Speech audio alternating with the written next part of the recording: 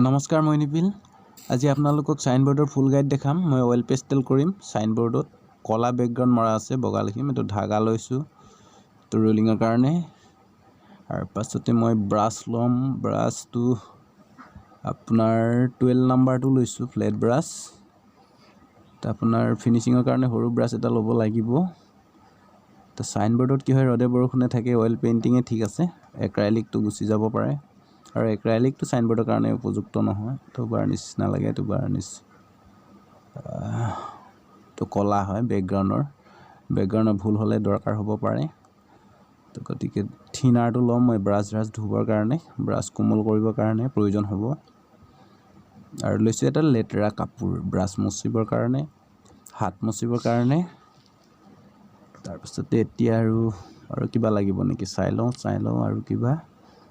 আৰু বিশেষ নালাগে এইখিনি বস্তুৰে হৈ যাব সৰু ব্ৰাছ এটা লাগিব ফিনিশিংৰ কাৰণে কোনটো লম সৰু 2 নহলে 4 নাম্বাৰ ফ্লেট ব্ৰাছ এটো 6 নাম্বাৰ হয় 6 নাম্বাৰ ফ্লেট ব্ৰাছ ৰোলিংৰ কাৰণে ফিনিশিং টাচৰ কাৰণে পইণ্ট ব্ৰাছ এটা লৈছো দৰকাৰ নহবও পাৰে তথাপিও লৈছো ইমাৰজেন্সিত দৰকাৰ হ'ব পাৰে ঠিক আছে এতিয়া মই হাতিয়াৰ হাজু কৰিছো এতিয়া মই বৰ্ড ষ্টেণ্ডটো হাজু কৰি লম এখন হালকা বৰ্ড হয় সৰু ষ্টেণ্ডতে হৈ যাব গতিকে মই পেইন্টিং বৰ্ড ষ্টেণ্ডটো লৈছো তো সৰু ষ্টেণ্ডতে মই খাৰা কৰি লওঁ তো এই বৰ্ডখন দেখিছে পুৰণা বৰ্ড হয় ৰিপেয়াৰিং কৰি দিছে তো লিখিব দিছে আৰু লিখি দিওঁ ফুল গাইডটো আপোনালোকে চাই থাকক কেনেকৈ এখন সাইনবোৰ্ড লিখা হয় ধুনিয়াকৈ আপোনালোকক দেখাই দিছো বৰ্ডখন মই ষ্টেণ্ড কৰি লৈছো সমানকৈ তো অলপ মচি লৈছো ধুলি লাগি থাকিব পাৰে এতিয়া মই প্ৰথমে ৰোলিং কৰিম ধাগা আৰু চক লৈ এটো ৰচি হয় ধাগা তো ইয়াক লৈ সমান জোখমাখত আপোনালোকে মেজাৰমেন্ট কৰি ল'ব ধুনিয়াকৈ কিমানখিনিত পৰিব ৰোল বিলাক তো মইতো আনুমানিক কৰিছো তো মোৰ অভ্যাস হৈ গৈছে বাবে মই আনুমানিকে কৰিছো আপোনালোকে কিন্তু নতুন সকলে নহিকাৰ সকলে সম্পূৰ্ণ টেপ মাৰি জোখমাখ কৰি ললে ভাল হ'ব তো স্কেল ব্যৱহাৰ নকৰাকৈ ধাগাৰে মই ৰোলিং কৰি ললো এতিয়া মই ৰংটো অলপ জুকাৰি লম যাতে ঢালা বান্ধি না থাকে গোটে মিক্সিং হয় তো ৰংটো প্ৰথমে মিক্স কৰি লব ভালকৈ হিলাব যাতে জুকাৰি নললে আপোনাৰ ৰংটো মিক্স নহয় এতিয়া মই ব্ৰাছটো অকনমান তিয়াই লম থিনাৰত কোমল কৰি লম ব্ৰাছটো সদায় যিকোনো পেইন্টিংৰ কাৰণে অলপ তিয়াই লব পানী হলে পানীত অয়েল হলে থিনাৰ বা অয়েলত তো ব্ৰাছটো মই ঠিক কৰি লৈছো এতিয়া মই আৰম্ভ কৰিম আপোনালোকে প্ৰথমে চক পেন্সিল বা কাঠ পেন্সিলেৰে লিখি লব তো নহলে আখৰবিলাক বেয়া হ'ব মই ডাইৰেক্ট ব্ৰাছে লিখি দেখাই দিছো তো এটো প্ৰথম কোটটো মই মাৰি আছো এখন বৰ্ড লিখি শেষ কৰিবৰ কাৰণে কমপ্লিট 6-7 কোডলৈকে লিখিব লগা হয় তেতিয়া সম্পূৰ্ণ উজ্জ্বল হয় প্ৰথম কোডতে সম্পূৰ্ণ উজ্জ্বল নেদেখিব পাৰে সাইনবোৰ্ড লিখিলে সদায় 6-7 কোড লিখিব তেতিয়াহে সাইনবোৰ্ডখনৰ ফিনিশিং বহুত ধুনিয়া আহিব একেবাৰে 3D টাইপৰ আহিব লিখি আখৰকেইটা উখ কৰি দিব লাগিব তেতিয়াহে বৰ্ডখনৰ যিটো লাইটিং আহিব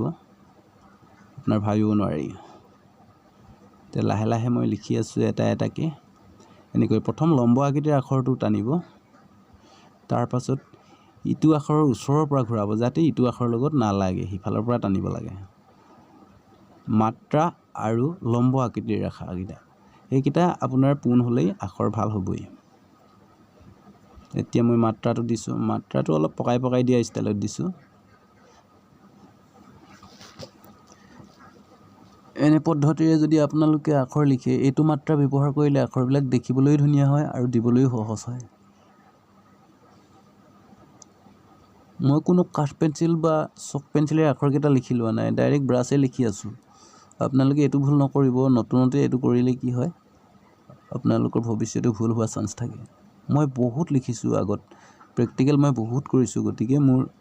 ভুল নহয় ভুল হৈ যাব পাৰে কৰবাত আৰু ভুল হলে মোৰ প্ৰতিকাৰৰ ব্যৱস্থা মোৰ ওচৰত আছে অপচন সেইকাৰণে মই লিখিছো কিন্তু নহিকাৰ সকলে কেতিয়াও এনেকৈ ব্ৰাছেৰে ডাইৰেক্ট আখৰ লিখিবলৈ চেষ্টা নকৰিব আগতে কাঠ পেন্সিল নতুবা চক পেন্সিলেৰে আখৰকেইটা লিখি লব কৰ পৰা লিখিলে ক'ত পাব এটো চালে মই বৰ্ডখন সম্পূৰ্ণ আখৰকেইটা মাজত ভৰাই দিলো মই অকনো মেজাৰমেন্ট কৰা নাই আনুমানিক মই লিখি গলো আগতে আখৰকেইটা মই লিখিয়ে লোৱা নাই তথাপিও, কিন্তু ন শিকাৰুসকলে যদি এনেকৈ লিখি যায় এবাৰ লিখাৰ পাছত আৰু মচিব নোৱাৰে আৰু। গতিকে আপোনালোকে জোখ মাখ নকৰাকৈ নিলিখিব। তো কেনেকৈ লিখিব লাগে সেইটো মই দেখাই দিছোঁ। জোখ মাখটো আপোনালোকে কৰিব পাৰিব, নিজে কৰিব জানিব। কাঠ পেঞ্চিলেৰে বা চক পেঞ্চিলেৰে লিখিব জানিলেই আখৰ লিখিব পাৰিব। এখন চাইনবোৰ্ড এটুকুত মই যেতিয়া লিখি শেষ কৰিম, এই অইল কালাৰটো হৈ গ'ল ৰ'দৰ তাপত নুশুকায়। ই বতাহ পাব লাগিব, তাপো পাব লাগিব, দুইটা পাব লাগিব। পানীৰে ধুলেও ই নুগুচে। ইয়াৰ ধৰ্মটোৰ বিষয়ে মানুহে ষ্টাডি কৰাৰ প্ৰয়োজন আছে, যিসকলে ব্যৱহাৰ কৰে। তো গতিকে অইল কালাৰৰ বিষয়ে বিশেষত্ব আমি গোটেইখিনি জানি লোৱাৰ পাছতহে ব্যৱহাৰ কৰাৰ প্ৰয়োজন। মোৰ হাতত যদি ৰং লাগিছে এইটো ধুলেও নুগুচে আৰু থিনাৰ দি গুচাব লাগিব। এয়া মই 3 কোট লিখি সামৰি থৈছোঁ। ইয়াক সদ্যহতে 6 কোট লিখিব লাগে। লেখা শেষ হোৱাৰ পাছত যেতিয়া ৰংবিলাক ধুবৰ কাৰণে থিনাৰত ভালকৈ ব্ৰাছখিনি ধুই সম্পূৰ্ণকৈ ধুই ল'ব চাফা কৰি ধোৱাৰ পাছত আপুনি আকৌ ব্যৱহাৰ কৰিব পৰাকৈ ৰাখি দিব মৰমেৰে। লেতেৰা কাপোৰকণে ধুনীয়াকৈ মচি দিব কোমল হৈ থকাকৈ, আৰু ব্ৰাছবিলাক যাতে অ'ত ত'ত লাগি ভাঁজ নলয়, চুলিবিলাক পোন হৈ থাকে, তাৰ বাবে ধুনীয়াকৈ এটা গিলাচ বা নতুবা ব্ৰাছ বা পাত্ৰ এক্সট্ৰাকৈ ল'ব, উল্টাই ৰাখি দিব। ধন্যবাদ ভিডিঅ'টো শেষলৈকে চোৱাৰ বাবে।